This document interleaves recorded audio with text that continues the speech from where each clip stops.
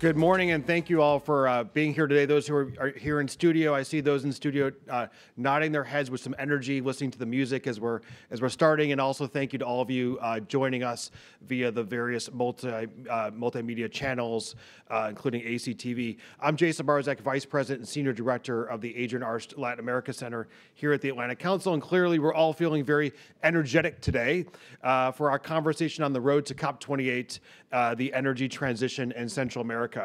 I'd like to begin by thanking two incredible partners of today's event. First, Corporación Multi-Inversiones, which is a Guatemala-based multinational company, represented today by Edgar Villanueva, who's here in the audience, and of course, Aldo Vallejo from CMI Capital, who you'll hear from in a moment on the panel, as well as the Atlantic Council's Global Energy Center, with whom we are doing this event in partnership.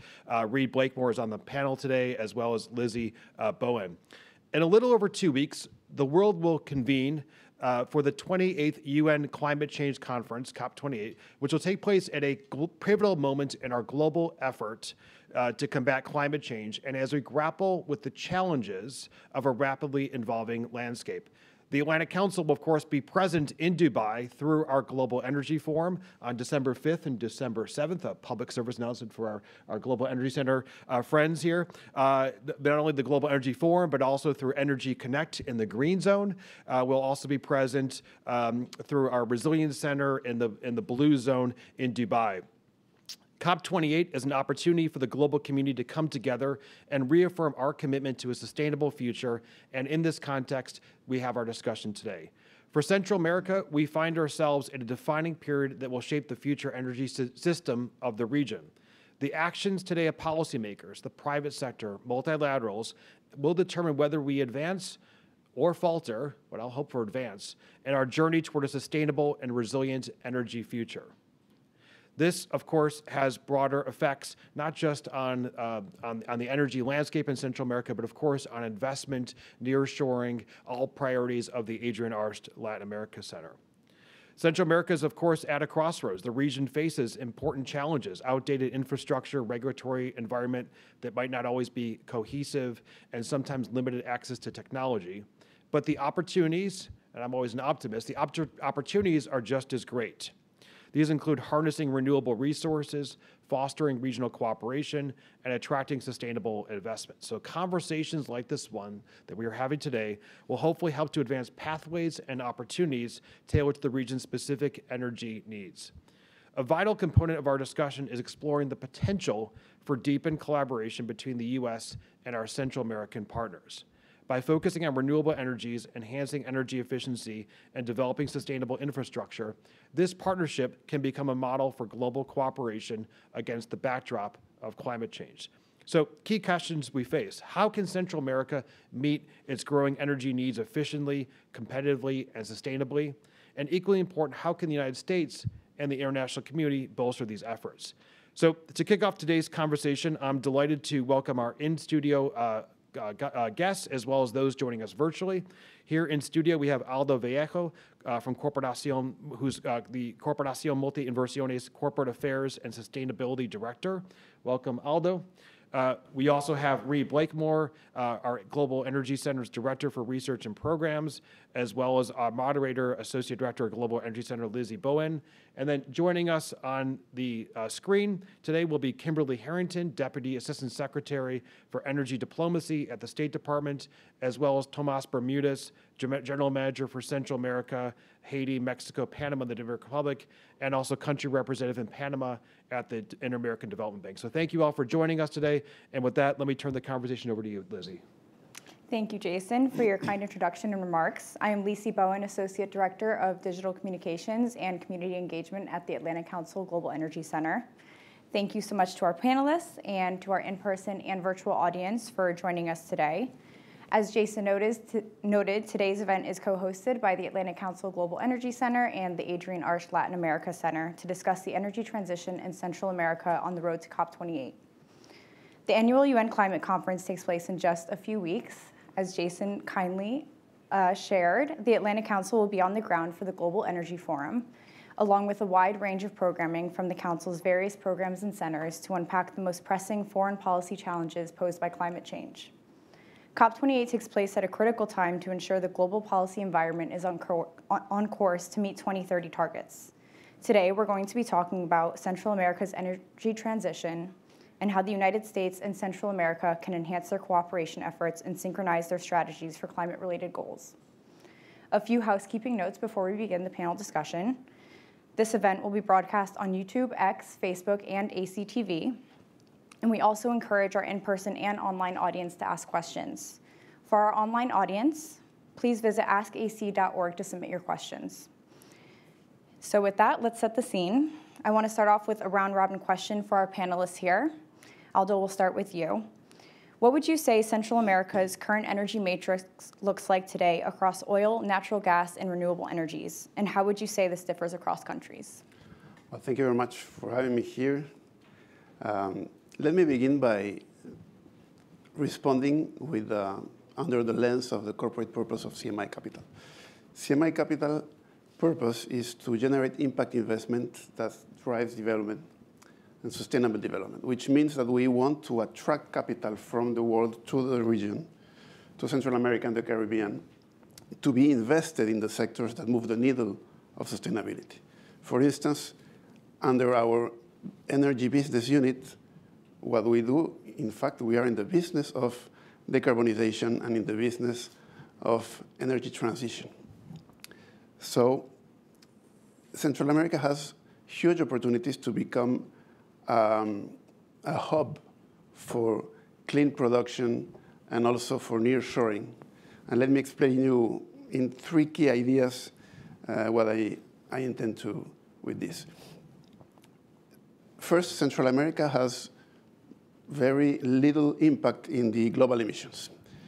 The emissions from Central America is about 0.05% of global emissions. Even though countries are trying to move ahead in their nationally determined contributions, in fact, Central America will not change the course. And in the other side, Central America also needs to develop, industrialize, urbanize, population is going to grow. So that means more energy consumption. And this is like a contradiction. And to balance this contradiction, I really believe that Central America can play a role in the global emissions reduction and also develop through becoming this hub for production. Look, the production of goods around the world and the transports of goods around the world account for about 35 to 40% of global emissions. What if Central America can tackle this from the region who's one of the most clean in the world? I mean, to your question, the matrix in Central America, the energy matrix, is in some countries almost 100% renewable. Mm-hmm. And there is a lot of natural resources for wind power, solar, hydro, also biofuels, biomass.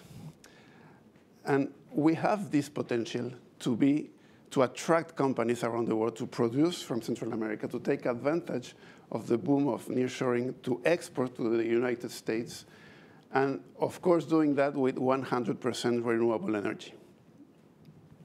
Definitely. Thank you so much. And I think it's definitely important to note that while they have a huge role in emissions reduction, there's also a way for them to grow sustainably as well. Reed, how would you say Central America's current energy matrix looks like? I would echo a very similar point as Aldo here. I think the underlying feature of Central America's energy mix is the diversity of that mix, but it's a different type of diversity. In that when you look at, as you mentioned, the penetration of existing clean energy technology resources powered largely by hydro, it's almost diversifying at a higher baseline of clean energy than some of its peers, not just in Latin America, but around the world. And so sure, while you have a role that oil and coal still plays in the region, I think you need to appreciate and celebrate the role that particularly hydropower is playing in the electricity generation mix throughout the region. That said, I think it doesn't mean that the role of hydro isn't without its challenges, right? That I think Central America needs to begin thinking about addressing as it looks to the consequences of climate change on the viability of hydropower over the long term, as you see, drought cycles become more severe. But nonetheless, just to put a final point on it, when you look at that matrix is diverse. It's a league leader, I would say, in terms of the composition and the decarbonization composition of that energy mix. And it does provide the opportunities, as Aldo mentioned, for the region to be a hub, be a powerhouse in these kind of emerging conscientious policy decisions around decarbonizing our supply chains, treating nearshoring as an emissions reduction opportunity, and all those various pieces that are going to form what the net zero economy looks like in 2050. Yeah, definitely. Thank you so much for that, Reid. We'll shift over to our virtual panelists now. Deputy Assistant Secretary Harrington, what would you say Central America's current energy matrix looks like today across oil, natural gas, and renewable energies? Sure, thanks. And thanks for having us all here today for this important discussion as we lead up to COP. I really would echo what some of the other speakers have already said. Central America is really blessed with this diverse mix of renewable sources, primarily hydropower and geothermal, which make up quite a large share of installed capacity. And just to give a little bit of a comparison to the United States, in the US right now, renewables make up about 29% of installed capacity. In Central American countries, that number is much, much higher, ranging from 46% in Nicaragua, that's actually on the lower end, to 89% in Costa Rica. And of course, fossil fuels, primarily oil, still play a sizable role in Central America's overall energy matrix. We certainly expect going forward that natural gas is going to play a larger role for some countries. Just to give an example, in El Salvador, we saw the recently inaugurated Energía del Pacífico project, and that's going to provide about 40% of the country's power. And looking forward, we're seeing other renewable technologies becoming more and more affordable, not just in Central America, but around the world. So we certainly expect to see solar, wind, battery storage, power solutions become increasingly represented. Definitely. Thank you so much for that. Tomas?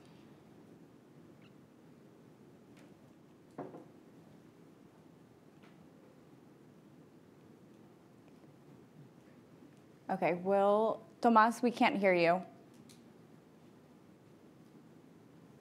Sorry about that. Okay. Just want to start thanking the Atlantic Council again for the invitation and giving to the panelists that joined us today. I think it has been said already that the matrix in Central America is a very green matrix. To put some numbers, as Undersecretary just mentioned, it's about 70% is in renewable energies, and that ranges like Costa Rica is about 100%, Honduras is in the 60%. But I want to mention something that we haven't mentioned yet is, even though that the energy matrix is very green, and I think there is potential, we think that there is great potential to grow, as Aldo mentioned. I think we could be part of the solution in this region to have a much more greener sources. I think one thing that we need to mention is, I think, where some of the lags are in Central America. Central America still imports a significant amount of oil, mostly for the transportation industry. So going forward, one thing that we think we need to start working a lot is how we can put also more work into a electricity market and more into energy vehicles of that sort, and also how to use some of the regional agreements already in place to try to supplement or give more potent to this diverse energy metrics that we have. Great, thank you so much for that. Shifting to energy challenges, Central America is entering a truly defining decade for shaping its future energy system and advancing in its energy transition. I have one more question for all of the panelists. Aldo, I'll start with you again. What would you say are some of the roadblocks to and accelerators for Central America's energy transition?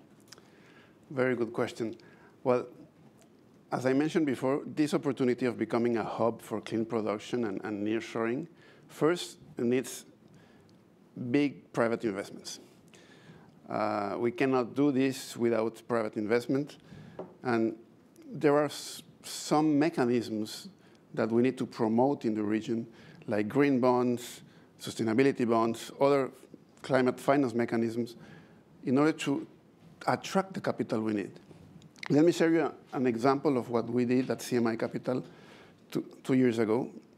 We successfully raised $700 million in international capital markets through green bonds, and to be invested in Central America and the Dominican Republic, specifically in renewable energy, energy efficiency, clean transportation, and green building. And the demand was 5 times higher than that. That means that there is a big appetite out there. There are capital and appetite to invest in those kinds of projects. Of course, if you have a diversified portfolio in terms of geographies and technologies, but the interest is there. So we need to promote those mechanisms to have more companies in Central America to attract capital, and that will make the road move, you know. And maybe we expect, if I can dream of, a snowball effect of investment. And the second need for Central America is to have better legal frameworks, rule of law, and a friendlier environment for business. For example, well, we have different situations in different countries, but we don't have to go too far to find best practices. For example, Guatemala has one of the most competitive, efficient, and open market system in the energy sector in Central America and maybe Latin America. It has, during the 25 years from its beginning, it has allowed the country to attract $7 billion in foreign investments, to close the gap in electrification from 48% to 93%, and also to reduce tariffs in 40%. In fact, Guatemala has one of the lowest spot market rate in Latin America. Those kind of models, I believe, should be replicated in other countries in terms of having this competitiveness and attractiveness for investment. But of course, I also agree with Tomás. There is more to be done to make the matrix, which is already one of the cleanest in the world, even cleaner. Yeah. For example, we can focus on some sectors that represent a large share of the emissions, like construction, transportation, manufacturing, and try to promote those public policies that set better standards for green building, for example, electric mobility. And we need more infrastructure, of course, roads in terms to lower the CO2 emissions and bettering the air pollution. Yeah, definitely. And it's really fantastic to hear about what CMI is doing in Guatemala and the region. Reed, what would you say are some of the roadblocks to and accelerators? I mean, I would completely agree with Aldo. Again, though I might approach, the question a little bit differently. And, when I see something in Central America that is both a roadblock and possibly an accelerator, I immediately think of, how you continue the development of the electricity grid. Right, because that is such a critical enabler of whatever part of the energy mix you're trying to develop. And for a region like Central America, right, one where you still are trying to improve overall access to electricity in rural areas, in a region that is highly vulnerable to climate change and therefore increasingly dependent on sustainable cooling, for example, you have this dual challenge you mentioned where energy demand is both growing in order to meet the realities of climate change or survive the realities of climate change, but at the same time, which is putting more strain on the grid, at the same time you're trying to grow the grid to increase energy access on the whole. Yeah. And so that speaks to kind of the financial challenges you mentioned, but also the regulatory challenges, because you need to think through how you build the market structures to reward low carbon and particularly low carbon and also non-hydro technologies as well if you want to diversify the energy mix beyond just hydro to improve that overall resiliency. And I think by the same token, both of these, they're not quite roadblocks, but challenges can be accelerators if we think of them correctly. I think of Costa Rica, for example, setting a precedent to not switch back to hydrocarbons during drought seasons, right, as an important political signal to say, hey, we're going to, politically invest in the tools necessary to not backslide on climate goals, even as the climate crisis worsens. I also think of, some of the opportunities for interconnectivity throughout the region as you develop the grid, right? You have the Central American Electrical Interconnection System, where both Guatemala and Costa Rica are able to export largely clean electricity. Those are types of initiatives where you can reflect on those big challenges, those big roadblocks that are present in the region, but actually deal with them in a way that ultimately accelerates the region's transition overall. Right. Thank you very much. Deputy Assistant Secretary, I'd love to hear from you. Sure. Aldo, Reed, I think you guys really, really nailed it, in a word. First of all, financing. So, we have abundant solar, wind, hydro, and geothermal energy sources. So the potential to transform the energy matrix is great. But really, it comes down to financing, to make projects more affordable, so that we can actually transform the energy matrix and actually implement those goals. The Inter-American Development Bank and other regional multilateral institutions, private equity markets, they all have a key role to play, and they're supporting billions in financing in Central America for the transition to clean energy. And then I'd say the other major points, also partially covered by Aldo and Reed, really is just the training and capacity element. First of all, it's partially the human capacity, making sure people have the knowledge of how to design and manage these systems. There's regulatory capacity, having laws and policies that are updated and streamlined and really attract financing, attract investment. And then, of course, globally, the fact of the matter is that Central American countries are in a race with others. Every part of the country, or excuse me, every part of the world that's trying to attract some of this tremendous investment flowing into renewable energy, that they really have to create an investment environment where those limited amount of dollars are going to be attracted to a region where investors can go anywhere in the world. So of course, at a country-specific level around Central America, you see certain political challenges or other business climate challenges that might make the investment climate a little more difficult or a little bit less attractive compared to other places in the world. Definitely. Thank you very much for that. Tomas, would you be able to share a few thoughts, please? Yes, I mean, in terms of the roadblocks, I would say I think they have been mentioned. Infrastructure is obviously key. If you want to be able to increase demand, you need to have an infrastructure that is updated and that it works well. And that leads to the other topic that was also mentioned, which is financial constraints. And and this is probably the key of the issue. How do these countries can, with their they're very fiscally limited in many ways, how can they get the resources to be able to upgrade the networks or the infrastructure in the way they need? And they've been doing it with us, with support from us, IDB and other regional banks, but also leveraging funds from the Green Climate Fund, Climate Investment Funds, and those that create the enabling conditions to be able to invest in renewable energies and electric mobility. I think the other roadblock, I think we mentioned, is still a huge or important fossil fuel dependency in the region, mostly for transportation, and therefore the need to do more electric mobility. But there are some accelerators also that we think are important to mention. One is the energy potential that have been, or renewable energy potential that we have mentioned. Also, how we can work with government policies and incentives to make sure that the private investment can come, and that there's also an encourage for the investments in clean energy. And I think some countries have done a great job in this part of it. And then the regional integration initiatives like CEPAC, which have demonstrated that these efforts of collaborations and resource sharing are smooth the transition in many ways, and it's a way also to increase the political commitment of the region to renewables.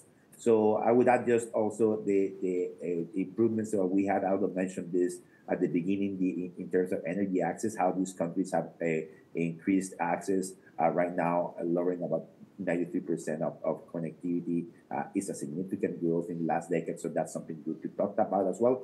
And general growing public awareness about why this is important to change the matrix. I think the public in general has understood, and businesses and governments understand that the importance of this renewable energy project in terms of the policies they're implementing. Great, thank you so much for your insight on that. Pivoting back a little bit to legal frameworks and rule of law, Deputy Assistant Secretary, you have over 20 years of diplomatic experience in Latin America, the Middle East, and beyond, including as Deputy Economic Counselor in Bogota, covering energy and mining issues. In your view, what are some of the regulatory and political hurdles facing Central American countries, and how would you say this has impacted the partnership with the United States? Thanks. So, yeah, I mean, I would say that, first of all, there certainly are some political challenges in individual countries that really do need to be addressed, you know, if you want to increase the clean energy matrix. Just to give you one example, Honduras in 2022 passed a law that mandated government control and majority ownership of the energy sector. It exerts a lot of control over pricing. It also gives the government the right to expropriate existing energy investments. So, you know, when you take a law like that and you look at it, it's not exactly a law that's going to encourage private investment at a time when Honduras needs billions of dollars in new investments in generation and transmission and in distribution. There are also, I would say, some political challenges for regional integration. I think Reed mentioned CPAC, or the Central American Electrical Interconnection System. And, you know, I think political support for that, I'd say, has slowed in recent years. You know, participating countries really need to provide additional investments to increase CPAC capacity and decide whether and how they really want to, you know, to commit to connections with neighboring countries. I think generally shared electrical interconnections ensure grid reliability and resilience, and really would help us with the goal of increasing renewable energy integration throughout the region. And then I would just say I want to highlight a couple of the things that we're doing at the State Department vis-a-vis regulatory hurdles to really try to encourage you know, clean energy integration in the region. We at the State Department's Bureau of Energy Resources have a power sector program, and we work with countries throughout the region on a number of institutional and regulatory reforms. That includes improvements to standards, operational guidelines, and technical regulations for distributed energy. We do advising on the development and updating of incentives on tariffs, norms, and standards for battery energy storage. We help countries develop strategies to develop smart grid technologies and provide recommendations on electric mobility regulations. So, you know, we're working in a number of countries, including Belize, Costa Rica, El Salvador, Guatemala, and Honduras, in addition to Panama. And like I said, really, you know, the foundation of attracting investment is going to be this, you know, having a regulatory environment and having frameworks that attract private investment. You mentioned my tour in Bogota, which was actually my favorite tour in the Foreign Service, and one where I really learned a lot about energy and mining. And I worked very closely with the Bureau of Energy Resources. We had a lot of cooperation with the Colombian regulators to do just that, to try to create as attractive an investment climate as possible, and work to get the best regulatory frameworks. Thank you. It's really quite incredible to hear about everything the DOS is doing to expand that through Central America and beyond. Tomas, given your work in Central America at the Inter-American Development Bank, what do you see as the energy infrastructure challenges that might be either stalling electrification or increasing new renewable energy projects? Thank you. I'm going to mention the first one that we mentioned also before is limit grid capacity. I mean, the restrictions in the grid will constrain, or is like an actual roadblock to be able to harness the potential of the renewable energy that we see in the region, or expanding. So there's a need to expand and upgrade that infrastructure to be able to unlock the potential that we mentioned before.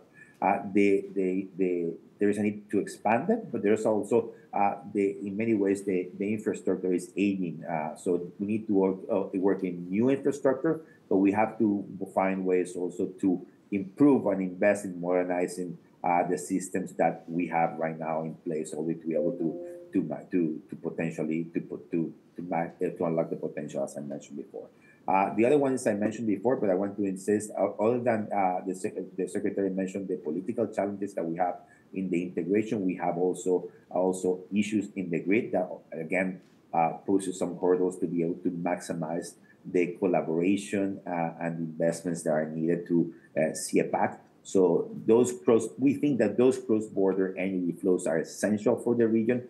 They're important, but they need to work on the political side and the governance arrangements of it, but also on the infrastructure side, in terms of specifically talking about CEPAC.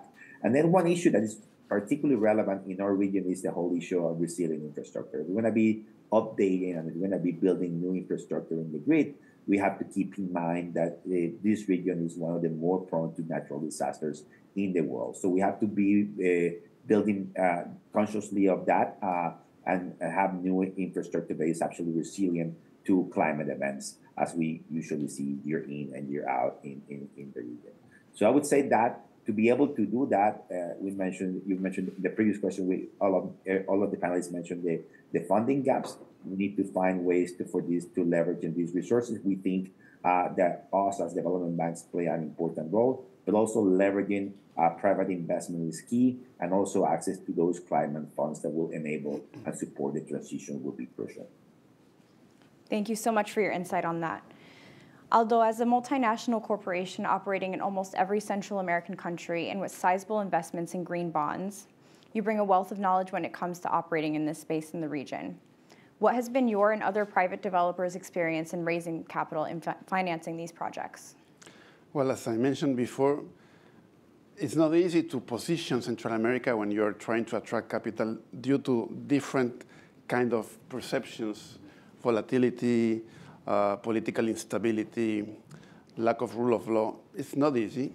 However, when you have the specific projects with the right portfolio, the right technologies, the mix of countries, and you can, in a way, balance and reduce the risk, this is a huge game changer for investors. So one suggestion I can make is to build strong portfolios, diversified in terms of geographies and technologies, more solar, more wind, and eventually also we will see more natural gas coming on the scene. And that's what we need to put on the table in order to attract the interest of institutional investors, banks, etc. I'm very happy to hear about everyone the importance of the CEPAC. It's really important to have this resilient, interconnected system in Central America, because the world sees the region as a region. We are not a compilation of countries. We need to strengthen this interconnection with the infrastructure.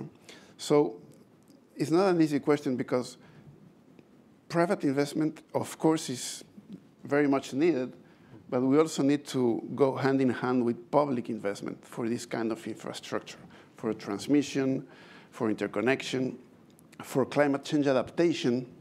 As you know, and I believe Tomás mentioned it, Central America is very vulnerable to climate change effects, and we need to ensure the supply of electricity with better infrastructure. So for me, it's a blend of public and private investments, and that needs to be supported with public policies and experiences, and also technical assistance and cooperation from the United States, from the multilateral banks, from other nations, to try to build those legal frameworks to promote this holistic view. We have different situations in the different countries.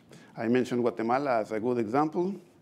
We have El Salvador that follows a similar market in the electric sector. We hope that it will still like this. And we are seeing good signs of modernizations in countries such as Costa Rica. They are right now debating in the legislative branches how to harmonize different pieces of law into one that we hope will open the market and make it more competitive. So the blend that I mentioned before, public and finance and private finance, should be accompanied by better public policies and support technical assistance from the multilateral agencies and other countries to make sure that situations like the one we have in Honduras are not the common ground in Central America. In Honduras, it's very different compared to the other countries because there is a high level of non-technical losses of about 39%. And that puts the whole financial sector at risk. The good news is that Honduras signed an agreement with the IMF recently. The agreement mentions this urgency to reduce the losses. But for me, the number one priority in the region is to reduce Honduras' losses to make DNA, which is the public state, the public-owned utility and distributor, to fix this issue. Hopefully, they will raise bonds this year and pay their debts and begin next year with a stronger foot. And we also need to avoid this kind of bad financial health in other institutions. Dominican Republic is also a good market, but we also need to strengthen the distributors. And I believe that's in the electrical pact that was signed in 2021 is oriented to that, and we expect that the implementation will go faster from now on.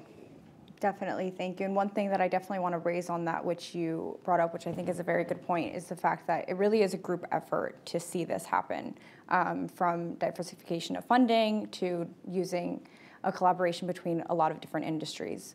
So thank you very much for that. Read through your research. How do you see global energy trends challenging or enhancing Central America's energy transition? I think Aldo, if you got a tricky question, I got a big question to deal with here. And I think if we reflect on the last 2 years, I think we've learned that transition is a tricky business, right?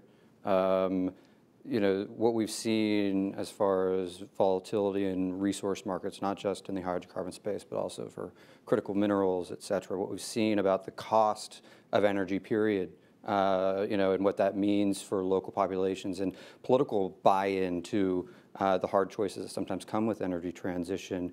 That reemergence of what we've kind of now coined as the energy trilemma, the balance of security, access, and sustainability, is a challenge. It's a headwind to deal with because it's a new framing. But I also see that as an opportunity, because when you look at how the conversation around managing the energy trilemma has evolved over the past several years, we're quickly approaching a notion of how do we think of energy as a system, right? How do we think of all of these pieces as contributors within an ecosystem of technologies, policies, and capital tools that allow us to build a more systemic, equitable, and sustainable energy future? And it seems a bit, it seems a bit fuzzy to say at first, but I think that's an important point, because when you begin doing that, you begin taking out the relativity of I want this technology versus this technology. You begin to allow for context dependency for individual countries to enter the energy transition planning space. And I think those are hugely positive developments that have come over the course of an arc of 3 consecutive COPs. And I know we'll touch on the COP a little bit later and how we see that arc continuing. The challenge with that system awareness is that we are now needing to answer some really hard questions about that system transition, right? We spent a lot of time today already talking about how costly that transition is, particularly when you think about de-risking an entire ecosystem and ensuring appropriate offtake from the grid, right? And the various cost pressures when you think about an energy ecosystem from generation all the way down to delivery and ultimately use by the end consumer. And all of that is challenged by a really murky macroeconomic picture, right? Big infrastructure projects are only getting more expensive, and also an increasingly challenging geopolitical picture where we're dealing with, growing policymaker concerns around value chains of trust, right? So it's looking beyond just the supply chain for a given energy product, but rather the relationships within that value chain and how those matter. And there's a reality emerging that right now, as we continue this transition, both financial and political capital is becoming much more expensive. And that's a challenge for us to deal with.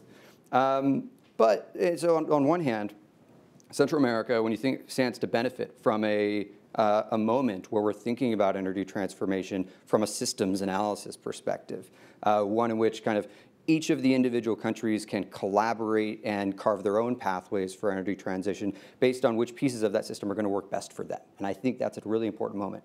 However, the financial and political challenges of how we build that system are a sharp end of that problem for Central America. Now, just to put one last fine point on this, I do think in that world, right, of trusted value chains, concerns about cost and sustainability, there are opportunities for Central America, and we've mentioned some of those just now, right? The ideas around how Central America can be a hub, right? Our continued thinking around how you decarbonize global trade through, perhaps more localized manufacturing, or taking advantage where you have low-cost, decarbonized power systems to enable that manufacturing. Those are all trends that are beginning to emerge, and I think an area of interest from the global community and the private sector, inclusive of that, that is going to add some momentum to Central America's broader transition. And I think it's incumbent upon us as policymakers, investors, and lowly think tank analysts like myself to think through how we foster those positive pieces of momentum to steward the vision of a net zero future by 2050 that we all want to achieve ultimately. Yeah, absolutely. Thank you so much. We're running a little low on time, and like Reed mentioned, I definitely want to be able to discuss COP28 a little bit, seeing as it's just a few weeks away. At COP28, one of the presidency's four main goals is fast-tracking the energy transition, alongside fixing climate finance, ensuring full inclusivity, and addressing lives and livelihoods. In just 60 seconds or less, what do you want to see out of COP28 that could be beneficial to Central America's energy transition? Well, I believe everybody knows that we will confirm at COP28 that we're now on track to meet the Paris Agreement goals. Mm-hmm. So governments will certainly accelerate, as you mentioned, the ambitions locally and globally. And some people may be skeptical about this.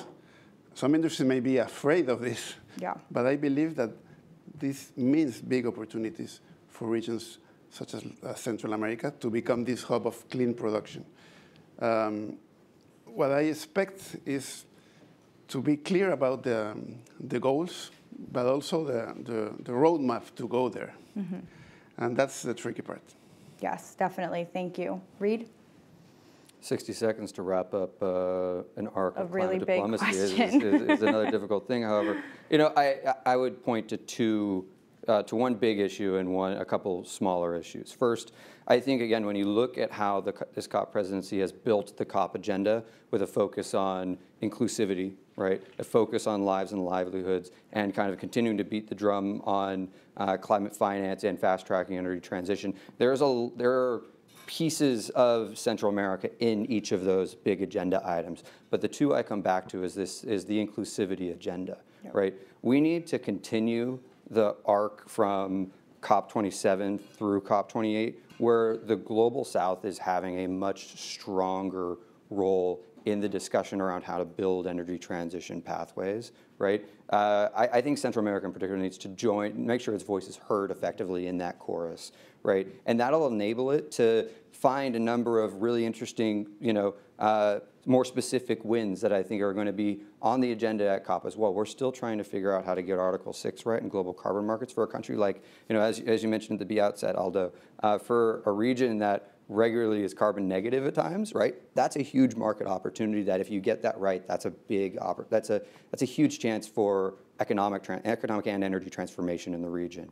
I mentioned, the continued momentum behind how you decarbonize trade and decarbonize global shipping. We're still seeing elements around green shipping corridors enter the negotiation space. I think that's another space, another area where Central America, particularly Panama, has a major role to play, and its voice should be heard, and it should bear a strong amount of influence in those discussions, and it can be a win if desirable. So those, one big thing, right? Central America needs to take advantage of the opportunity to have leadership in this space as the inclusivity agenda continues to build. And then 2 specific wins related to green shipping, I think, and then continuing to kind of really push hard on figuring out how to enable and implement Article 6 effectively. Absolutely. Thank you so much. Deputy Assistant Secretary, what do you want to see out of COP28 that could be beneficial to Central America's energy transition? Sure. So we really, of course, have an incredibly ambitious agenda at COP28. And I'd say one of the big themes is going to be reducing methane emissions in the oil and gas sector. We simply cannot keep our 1.5 degrees Celsius goals alive without reducing methane emissions, and the oil and gas sector is a major part of that. We also are going to be looking to double energy efficiency and triple renewables capacity by 2030. So that's going to be a big goal of COP28. And then I would say 2 other points that certainly we're going to focus on: ending permitting of unabated coal power, which is happening all too frequently and is frankly neutralizing a lot of the progress we have made in terms of reducing greenhouse gas emissions. When you have unabated coal power plants being built, it just really, it takes away that progress. And then tripling nuclear power deployment by 2050. So I think those are the real goals we're going to focus on. Obviously a very, very ambitious agenda, and I think we really want to work with Central American countries on advancing this agenda. I think I'd say in Central America, we see great opportunity for economic growth, job creation, and improving energy access by deploying clean energy technologies and clean energy solutions. So that's really, I think the main way that Central America is going to, fit very well into all of these goals. Thank you. To close out, Tomas, I'd love to hear from your perspective on what you'd love to see come out of COP. No, very briefly, because I think it has been said again, funding is going to be key in the conversation to move forward this agenda, concessional funding to keep those flows going to developing countries, particularly those projects that are aimed at just energy transition. Very specific to Central America, I mentioned before, resilience. I think it's important that we talk about the need for building resilient infrastructure in this part of the world. It's very exposed to climate change and its impact, so we need to think about how to build a resilient infrastructure, which has potentially more upfront costs than other type of infrastructure, but therefore, then again, the need for concessional funding is going to be needed. And finally, another point that is also relevant for this region is the need for regional collaboration and integration. We at the IDB think and believe that regional integration will be essential to reach the Paris Agreement targets. So we think we have to strengthen politically the governance and the investments to promote the regional integration. And Central America has the infrastructure, the already in place mechanisms of regional integration and energy that should be more supported and hopefully be part of that transition. Thank you so much for your insight. And with that, we're going to end here for today. Given how many more questions I want to ask and our audience wants to ask, it's definitely a sign that this is a conversation that we should keep having. Thank you so much to our panelists and for sharing your insights. And thank you to our audience here and online for tuning in this morning. Please stay tuned with our work throughout Latin America, the energy transition, and COP28 on our website, and enjoy the rest of your day. Thank you. Thank you.